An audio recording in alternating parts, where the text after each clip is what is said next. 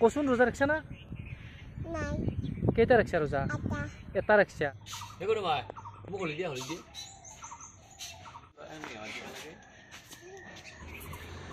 welcome back to my channel স্বাগতম জানাইছো B blog চ্যানেলটোৰ অন্য এটা নতুন ভিডিও লৈ আজি বৰ্তমান আছো মই স্কুলত এখনে আমাৰ মানে নতুনকৈ বনোৱা স্কুল আৰু স্কুলখন আৰম্ভণিৰ পৰা একদম গেটৰ পৰা চাই আহো বলক প্ৰথমতে একদম গেটৰ পৰা দেখাই আনিছো সেইফালে সেইটো আদাবাৰীৰ চক আদাবাৰী মানে সৰু চকটো এইটো সৰু চক বুলি কওঁ আমি আৰু এইফালে এখন আমাৰ স্কুলখন আদাবাৰীৰ এইবাৰ চকটোৰ লগতে আৰু স্কুলখনে এইবাৰ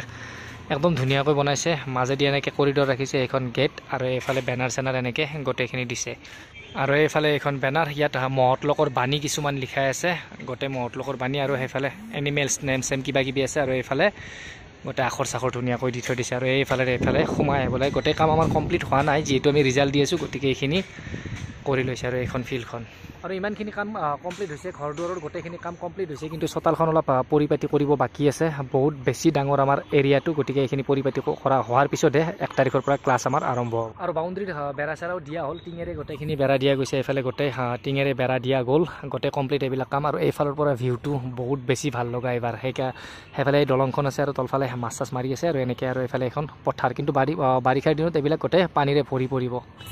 আৰু এনেকৈ চলি আছে কাম কাজ বাৰু ইয়াত আৰু আজি ৰিজাল্ট দি আছোঁ যোৱাকালিও ৰিজাল্ট দিছিলোঁ ইয়াত আৰু আজিও দি আছোঁ ৰিজাল্ট কোনোবা ষ্টুডেণ্ট আৰু গাৰ্জেনখিনি আহি আছে ৰিজাল্ট নিবৰ বাবে কিন্তু যোৱাকালি আছিল হোলী আৰু হোলী কেনেকৈ মানালোঁ মানে কেনেকৈ হোলী উৎসৱটো পালন হ'ল আমাৰ ইয়াত দেখাই আছোঁ বলক যিহেতু হোলী বুলি সৰু ল'ৰা ছোৱালীখিনিৰ কাৰণে মানে ভতিজিকেইটাৰ কাৰণে কিবা কিছু মই ৰং ফিচকাৰী আনিছিলোঁ গতিকে সেইকাৰণে আজি সিহঁতক অলপ ফূৰ্তি কৰিব দিম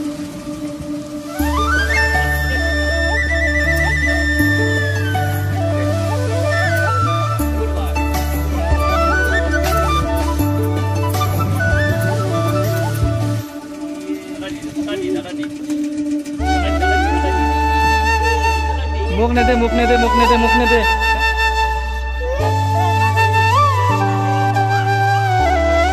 আৰু এনেকৈ দিনত ধুনীয়াকৈ হোলী গ'ল আৰু গধূলি হোৱাৰ লগে লগে আহিল দবাবিটা বৰষুণ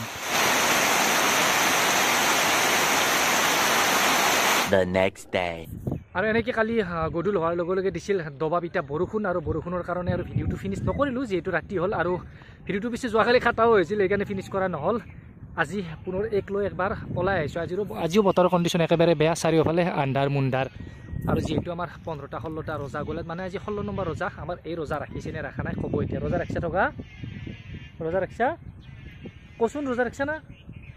নাই কেইটা ৰাখিছা ৰোজা এটা ৰাখিছা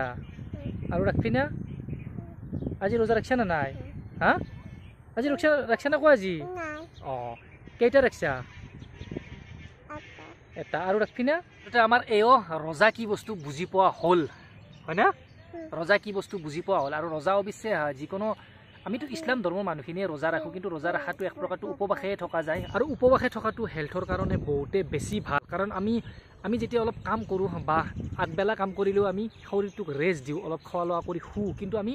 ভিতৰখনক কেতিয়াও ৰেষ্ট নিদিওঁ গোটেই 11 মাহ মানে আমি যিহেতু 1 মাহ ৰোজা ৰাখোঁ আমাৰ 1 মাহ ৰোজা 30 দিন ৰোজাৰ মাহ চলে আগত গোটেই 11 মাহে আমি খাই থাকোঁ ৰাতিপুৱাৰ পৰা আৰম্ভ কৰি ৰাতিপুৱা ব্ৰেকফাষ্ট তাৰপিছত 10:30 11টাত কিবা আকৌ দুপৰীয়া কিবা আকৌ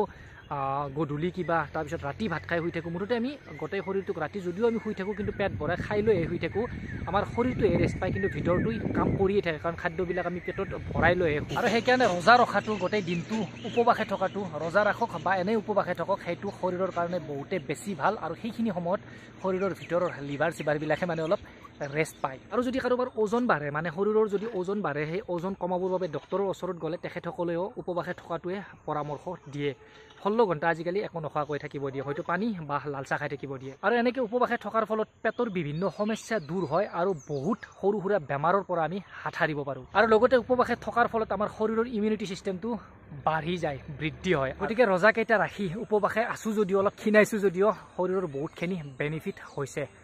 আৰু এটা সিম্পল ব্লগ বনাই দিলোঁ যদি ভিডিঅ'টো চাই ভাল পালে লাইক এটা কৰি দিব আৰু যদি চেনেলটোত নতুনকৈ আহিছে তেন্তে প্লিজ চেনেলটো ছাবস্ক্ৰাইব কৰি ল'ব লগ পাইছোঁ এটা নতুন ব্লগৰ সৈতে